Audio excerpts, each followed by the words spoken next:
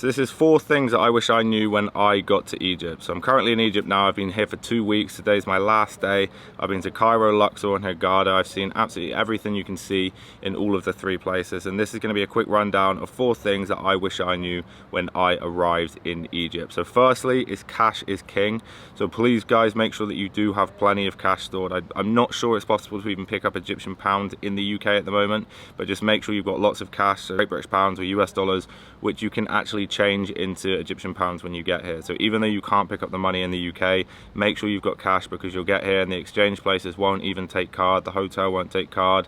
I couldn't even buy my visa coming out of the hotel, so I messed up big time. I didn't bring any cash, and I didn't even bring a card either, stupidly. I had Apple Pay. So if something like that happens to you, you might stupidly, like me, forget your wallet, or you might just lose your wallet when you're out here and you're in a position where you have no card and no money, so you can't even go to an ATM. The solution here is to get someone back home to transfer money to a Western Union. You can do this pretty much everywhere in the world, and then you can go to the Western Union and pick up money. Secondly is going to be the price for a taxi. So obviously when you turn up in a new place, especially places like Egypt and other undeveloped countries, you are typically going to get the price absolutely thrown through the roof for you as a tourist for taxi prices. So you do need to make sure you understand the correct taxi price. So typically it's around 50 Egyptian pounds per 10 minutes, which is around £2.50 in British sterling. So what I recommend doing is making sure that you are paying that. The only time it will be more than that is if you're coming to or from the airport, just because they got to pay a little fee to come in and out, but it shouldn't be much. But what I recommend doing is getting on Uber and Careem. So Uber, I'm sure you all know, is the online taxi service, which you can use an app for. Careem is another online taxi service, and the reason I say use Careem is because Uber isn't available in every city or every area in Egypt, but Careem seems to be. So Careem is actually run by Uber. It's just more for the Arabic people. It's not as reliable as Uber. A lot of them don't turn up, and a lot of them take a long time to get here.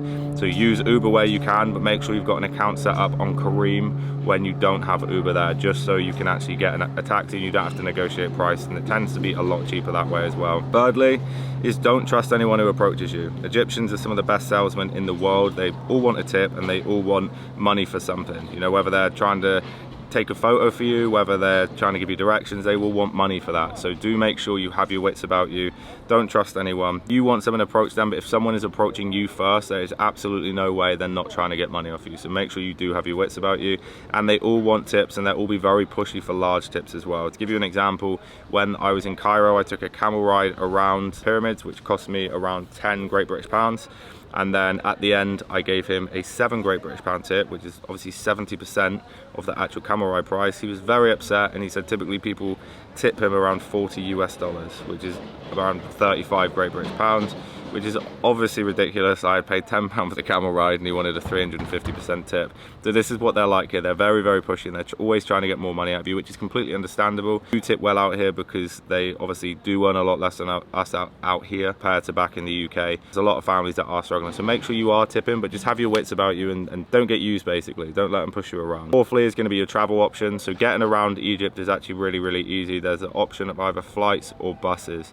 So flights, I used Egypt Air when I was bouncing around, so it's around 70 Great British pounds to go from anywhere from like Luxor to Cairo, or Cairo to Hurghada, or anything like that.